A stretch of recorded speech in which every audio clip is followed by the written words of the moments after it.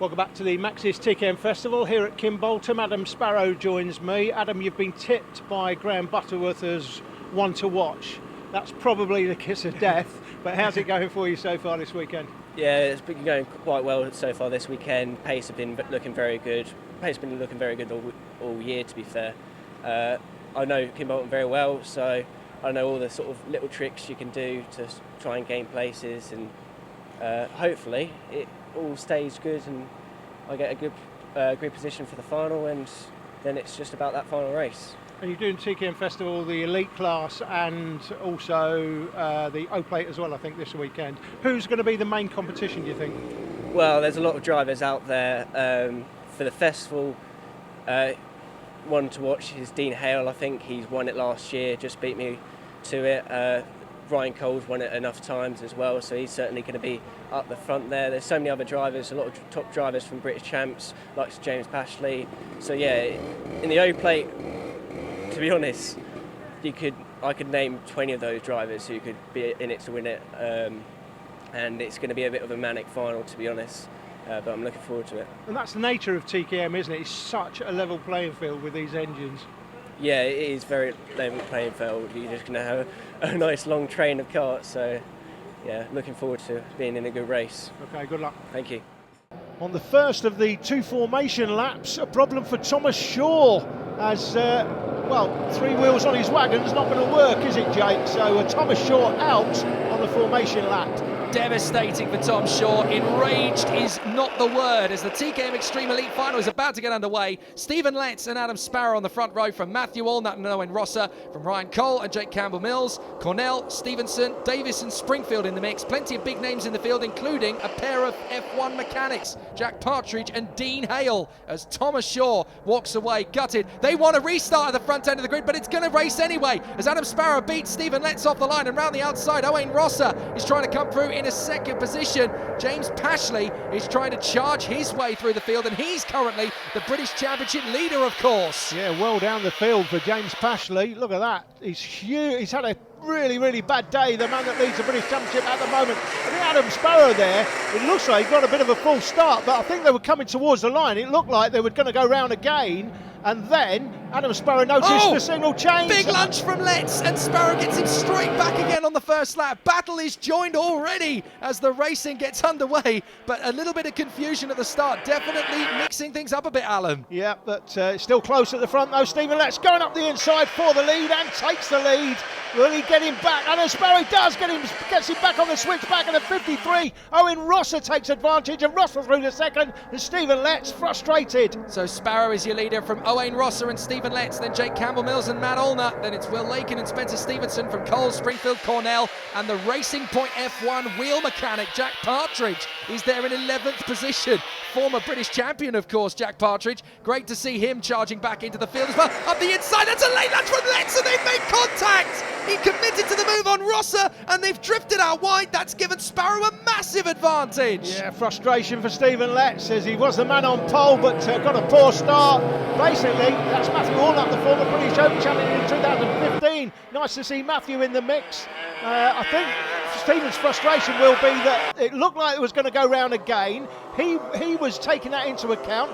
That Sparrow then gave the go-around signal with his finger, but then saw the flag change on the line and went for it. He probably went slightly ahead of Letts, and Letts has had to try and fight back, but he's now, where is he? He's gone through the line in third place, but now well behind Adam Sparrow. Very lucky, but that's given a massive gap of 1.2 seconds already to our race leader, and we've got somebody off at the first corner.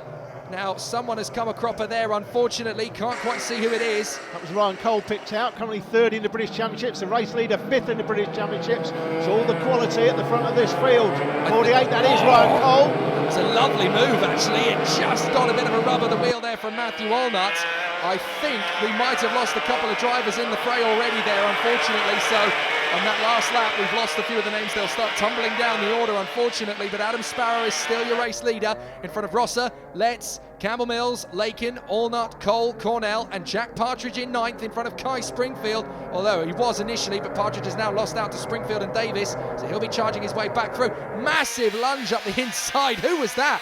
Making a big lunge to the inside line and grab a couple of places. That was the 96 of Ben Davis trying to charge forward, and now this time Stephen Letts makes the move. That's clean. That's how to get it done properly. That's quality right there from Stephen Letts. We know he's got those qualities, but he's well behind Adam Sparrow now. What's the lead? Over a second as he went through the line last time. That's going to be difficult in these conditions to make up. As talking about making up in the conditions, Ryan Cole makes up another place on the 48, so that should be 5th place, I think, for Ryan Cole. Well, it's Michael Green who went down the order. He was the one, I think, who was off at the first corner. David Haynes down the order there as well, so big problems for both men as they try and charge their way back through. James Pashley there, a long way down the order, trying to get his way back through, but the 52 is still only 22nd, would you believe? Pashley's having absolutely no joy at all. Absolute nightmare for James Pashley, the British Championship leader on the 52 kart, well down the field. It's not going to be his day today. Might be his season though, Jake. It might be his season. Very true. Charlie Whitehouse is in trouble. He's out of the race now, unfortunately, as well. The 43, Charlie Whitehouse, has gone for the front. Now, somebody had... Yeah, rear bumper, just noticed that myself. that was flailing. Now, couldn't quite make out what kart it was, but they'll be getting a mechanical flag. I think that's in the top 10. Yeah, it's 43. The 43 that's gone. Now, that is... Well, we've already had the 43 for Charlie Whitehouse. So it's somebody up in that top 10. I wonder, is that Kai Springfield who's got the problem?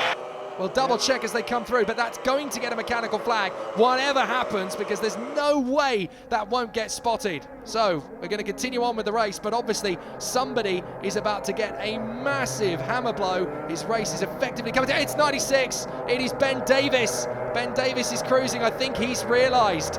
So Ben Davis has dropped down the order as he continued on. No, Ben Davis has pulled off. His race is over. That was the man in trouble. I knew it was a 90-something, and with Kai Springfield in the mix there with him, easy to pick him out. Unfortunate, sorry Kai, it was Ben Davis with the bumper problem. What a shame. Lead for Adam Sparrow up to 1.3 seconds, so 2/10 more over Stephen Letts. So I think this is going to be Adam Sparrow's day in terms of this elite final at least. Don't forget to subscribe and click that notification bell, guys, and hit the like button as well. Smash it, in fact. And join us on our journey to 100,000 subscribers, currently at 95,700 and change. That's not going to take long, is it? With the great racing that we are delivering. Next month, potentially, yeah, absolutely. Adam Sparrow, your race leader, 1.2 in front of Stephen Letts, who has just set the new fastest lap of the race. There's an unsuccessful attempt there from Michael Cornell to get through on Matthew Allnut. He tried to get a little bit more momentum to the inside line. Wasn't quite able to finish off the move, but definitely up at the sharp end. So Sparrow, Letts, Rosser, Campbell Mills, Cole, Lakin, Allnut, Cornell, Springfield, and rounding out the top 10, Jack Partridge. Then it's Joel Oswick, who's made up 12 places, by the way. Now Cornell gets the move, slides in a position. That's up in a 7th place past Matthew Allnut. Nice bit of driving. Behind Partridge, we mentioned Joel Oswick, and Dean Hale, another F1 mechanic. Yeah, he's the aerodynamicist, I believe, at Williams F1. If you want to know why Williams are going so slow this year, ask Dean, he'll know all about it. Sam Venables in 15th place. I'm sorry, I always give Dean stick, but we've got this thing. It's been going on since he was in cadets. We always have this bit of banter. Sam Venables, by the way, who was in 15th, just dropped to 16th, but he's the only novice in the field that's made this elite final. It's a great effort by Sam Venables, I have to say, as a novice in this elite field. There he is on the 11. Nice to see him, and doing really, really well in his first season of karting, first 6 races of karting, in fact. Savage in 17th. Oh, it looks like we lost somebody on the way to Derek's corner, going very, very far over the apron there. And I think we've had somebody go off the circuit, so we'll keep an eye on that. Savage in 17th from Bradley Peck. Pashley up to 19th now in front of Curtis Granger and Maria Bright. So some good battles in the field, but Owain Rosser is now well, truly safe in 3rd position. He can't keep up with Stephen Letts, who is pushing big time to catch up to Adam Sparrow. The gap is a 2.5 seconds, but Letts is trying to wear out Adam Sparrow. He's pushing him as hard as he possibly can. That gap is a 2.5 seconds, but he wants to make Sparrow crack. Yeah, I don't think he's going to do it. They're pretty much exactly, there's 0.03 of a second between them. Letts is 0.03 quicker, but he's 1.5 seconds behind with 4:29 on the clock. That's not close enough to affect this man out front. Adam Sparrow looks like doing. He's another man trying to do the double this weekend. He's doing this elite final, be doing the O plate later, trying to win both and trying to become the first senior in history to do the double. I was just going to say, we have a junior who's done it, Abby Pulling in 2017, but no seniors ever won both the elite final and the O plate, so that's going to be an amazing accolade for Adam Sparrow if he can get that job done. But Letts in second, Rosser third, Jake Campbell-Mills running well in fourth position. We are currently watching Charlie Savage, or at least we were watching Charlie Savage battle away with Brad Peck and Sammy Venables, who's doing a great job, as you mentioned, as a novice. But Sparrow, Letts and Rosser, look at the gap that Sparrow was basically given in the early stages. That battle between Letts and Rosser got a little bit too tight. Now this is where it could end up being a bit of an interesting factor. Michael Green and Andrew Rush are being caught by the leaders. This could potentially be what makes the difference. If Sparrow gets held up or trips over a back marker, then Letts has an opportunity. He's just got to keep the faith. It's all about where you catch them on the track, basically. This is the battle for fourth with Jake Campbell-Mills under pressure, serious pressure from Ryan Cole there. The 65 car under pressure from 48. Will Lakin just in behind, with Michael Cornell in the mix as well. And behind Cornell. Well, those two are teammates, of course, at TWM, so that could be potentially very spicy. Behind Cornell, as you mentioned, we have got some interesting battles. I think we've got an issue with the timing. The timing temporarily is just dropped, unfortunately. But join us on our journey to 100,000 subscribers, guys. Click the subscription button, hit the bell. Don't forget to do all those lovely things, and we'll meet you at 100,000 subscribers in about a month's time. So Matthew Walnut is the man in behind Michael Cornell at the moment, but watch out for the 74, Jack Partridge. So what do mechanics do when the F1 factory shuts down? They do the TKM Festival. That's what Jack Partridge is going to do. There he is on the Duralart chassis, the number 74, as he tries to get close to the drivers in front. I'm amazed that the overalls still fit in the working world of a mechanic. Mind you, you use a heck of a lot of weight doing all that work. I wonder if Dean Howell and Jack Partridge had a little bet before this race, Jake. Which mechanic's going to be the other? There'll be some banter in the F1 paddock at the next round. We're getting to the point where we've got enough F1 mechanics coming and doing TKM Festival that they may end up with their own class. They might end up with their own race one year. We should do that, actually. That would be fantastic. Oh, what a race that would end up being. Anyway, Sparrow, Letts, Rosser, Campbell-Mills, Cole, Lakin and Cornell from Allnut, Partridge, Springfield and Oswick. And then Dean Howell in 12 from Spencer Stevenson, who's had a shocking race by his standards. Monks, Abbott, Venables, Peck and James Pashley, who's still unable to get out of 18th. On the inside, Jake Campbell-Mills is going to have to defend to Ryan Cole. Cole's going to get there, no problem. The door's still left open for Will Lakin. He gets through in the 5th position. Nice job. Fantastic racing to come round the left-hander. Down the Hind straight. Oh, not done yet. Here we go. This is going to be Matthew Allnutt's a bid to get back past Jake Campbell-Mills as well. And he's his teammate as well, don't forget.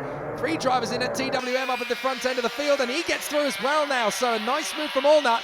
And there's not a lot Jake Campbell-Mills can do to hold him at bay. Then it's Michael Cornell, and here comes Partridge up the inside. Lovely move from Jack Partridge into 8th position on Michael Cornell, who unfortunately is a victim of the momentum switch as the drivers battle away for position. He just got held up. Now the move for 5th position. Oh, Allnut trying to get through on Will Lakin. Not able to get into 5th position for the moment. But Jake Campbell-Mills now struggling to fend off from Jack Partridge, who makes a very late lunge on the inside of Kestrel. He's back to what he does best, Jack Partridge, battling away for position. Has he made it stick? Yes, he has. Oh, no, he is not quite on Jake Campbell-Mills. My apologies. But he's going to come at him again. He must be absolutely loving being back in the saddle again. Round to the first corner at Stowe. Back up towards the Willows, and they are battling away. Jack Partridge, is he through this time? Not quite. Still Jake Campbell-Mills, a real thorn in the side, but Cornell in 9th place. And then we've got Oswick, Springfield and Dean Hale still giving chase. Great stuff in the midfield. Go through Derrick's corner. You see the sign in the background. We used to call it the bus stop, now called Derrick's. That is the 65 leading this battle for, what is that? 7th position. 7th place, yeah, for Jake Campbell-Mills. Partridge trying to come around the outside into Kestrel. Not going to happen. Last lap. Adam Sparrow has caught the back markers, but it's not going to be an issue. Adam Sparrow is not going to trip over a back marker. He is way too wise, way too cunning to make that kind of mistake. Oh, and that is in front of him. That's Andrew Rush going off the circuit. Oh, and he's rejoined. He's actually cut through the chicane. Now that is going to be a one-lap penalty. What a shame. Mandatory one-lap penalty for missing part of the circuit. Well, that's a real shame for Andrew Rush. That's not the way to end his race, but he will be back in 2020, no doubt, to have another crack at it. But Adam Sparrow has absolutely destroyed the competition here, even up against the likes of Stephen Letts. Sparrow will not be beaten, and he knows it out of the final turn. Adam Sparrow takes the Elite Final.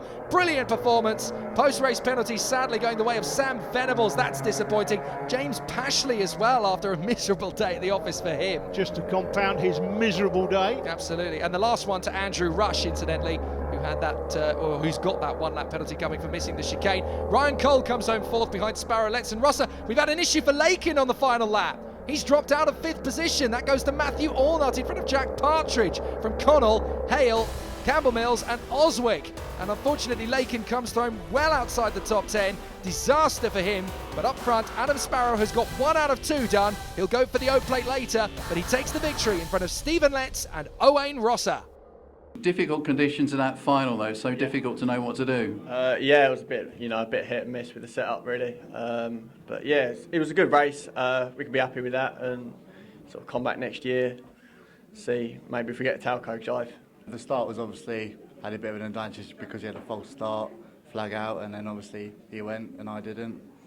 But during the start I can't do much about it and judge the facts. So yeah, tried as hard as I could, but it might have been a different race if there wasn't no jump start. You've obviously mastered the conditions. You had the advantage of driving on slicks in the previous pre-final, so that must have helped a bit. Yeah, just keeping consistent and staying on the dry as much as possible. The start was a good start. I saw the flag just come in just before, and then saw the lights go. I was like, right, it's time to race. Yeah, and just kept it consistent, and as it started to dry up, kept it, trying to increase the pace as much as possible. I'd also like to put this race weekend to my nan, who's been in hospital since Tuesday, and also like to thank Talca Racing for all the continued support. It's been a good weekend, and hopefully we can repeat it in 4 weeks' time. You should have been down at Brands Hatch helping the ladies this weekend, shouldn't you? Yeah, I managed to get the weekend off from work. Didn't have to mechanic for it. So you need to help say thanks to your boss. Yeah, thanks to Ollie Oakes. If there is such a thing as a budget class in karting, it's TKM Clubman, and they're up next.